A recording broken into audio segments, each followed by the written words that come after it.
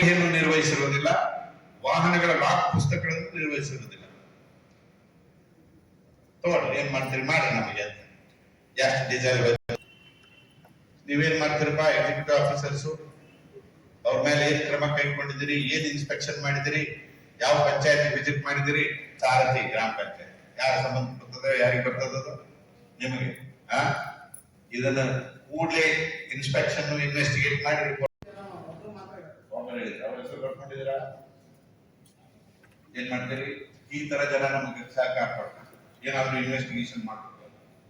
ಮಾಡ್ತಾ ಇದ್ದಾರೆ ಸರ್. ಗಂಡು ಮಗುಗೆ 1,000 ರೂಪಾಯಿ ಡಿಮ್ಯಾಂಡ್ ಮಾಡ್ತಾ ಇದ್ದಾರೆ ಸರ್. ಹೆಣ್ಣು ಮಗುಗೆ 750 ರೂಪಾಯಿ ಸರ್. ನರ್ಸ್ಗಳು ಮುಖ ತೋರ್ಸೋದಿಕ್ಕೆ ಸರ್. ಮುಖ ತೋರ್ಸೋದಿಕ್ಕೆ ನೋಡ್ಬೇಡ್ರಿ, ಇನ್ನು ಯಾವ್ದ್ರಲ್ಲೇನೂ ಅವ್ರನ್ನ ಸೇರ್ಬಾರ್ದು. ಆಯ್ತಾ? ನೀವು ಕಾನ್ಸ್ಟೆಂಟ್ ಆಗಿ ವಿಜಿಲ್ ಇಟ್ಕೊಳ್ಬೇಕು.